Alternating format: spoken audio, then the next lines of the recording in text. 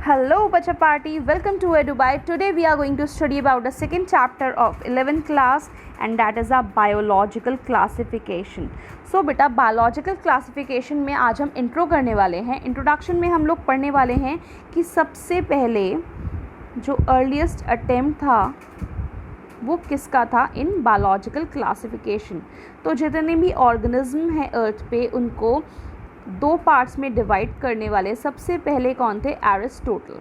तो एरिस्टोटल ने ऑर्गेनिज्म को दो पार्ट में डिवाइड करा. Number 1 is plants and number 2 is animals.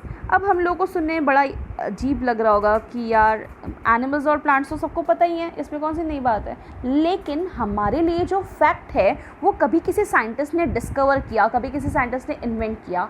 हम लोग को बल्ब कितना कॉमन लगता है कि हाँ भाई ठीक है हमारे घर में बहुत सारे बल्ब हैं, लेकिन एडिसन के टाइम पे बल्ब नहीं हुआ करते थे, तभी तो उन्होंने इन्वेंट करा. ऐसे ही बहुत सारी ऐसी चीज़ें हैं जो आगे आगे और साइंटिस्ट, हो सकता है आप बड़े होकर साइंटिस्ट बनो और आप उसे इन्वेंट करो, तो हो सकता है आप भी साइंटिस्ट बन जाओ. बट उसके लिए आपको सोच अपनी बड़ी करनी पड़ेगी, अपना जो आपका दायरा है सोच का उसको और बड़ा करना पड़ेगा, फैलाना पड़ेगा. राइट.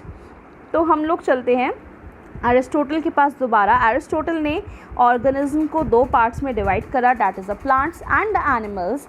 अभी जो प्लांट्स हैं इनको भी उन्होंने 3 पार्ट्स में डिवाइड करा, herbs, shrubs and the trees. Right. और एनिमल्स को भी उन्होंने दो पार्ट्स में डिवाइड करा, एक जिनमें रेड ब्लड होता है डैट इज़ द एनाइमा एंड दूसरा जिनमें रेड ब्लड नहीं होता है डैट इज़ द एनाइमा. राइट. तो रेड ब्लड किस में होता है? एनाइमा में. और एनाइमा में रेड ब्लड नहीं होता. Right. They are non red. For example cockroach. तो इन्होंने एनिमल्स को दो पार्ट्स में डिवाइड कर दिया. फिर उसके बाद दोबारा से क्लासिफिकेशन लेकर आए लिनेयस. लिनेयस ने भी दो किंगडम्स में उसको डिवाइड कर दिया. एक तो kingdom Plantae and the second one is kingdom एनिमैलिया.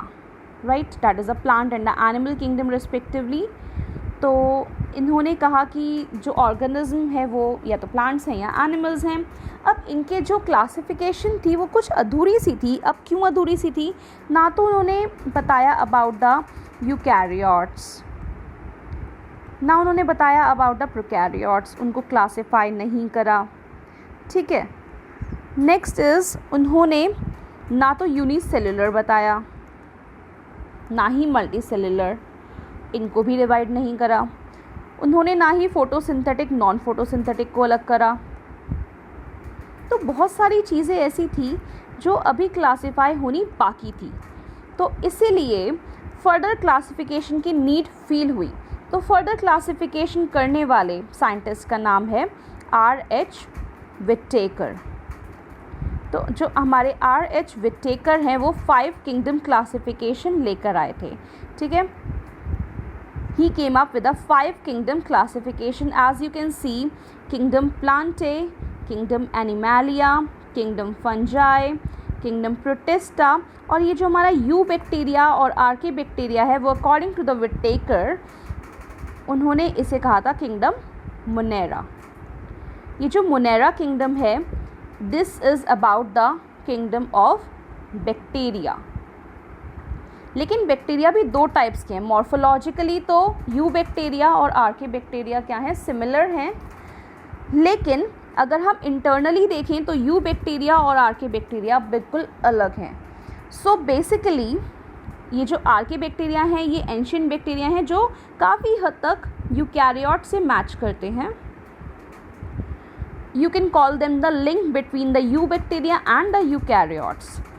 सो ये जो किंगडम मोनेरा है इसमें बैक्टीरिया इंक्लूड होता है जो भी दो टाइप का है, kingdom eubacteria and kingdom archaebacteria. तो इसको फर्दर दो किंगडम्स में डिवाइड कर दिया गया.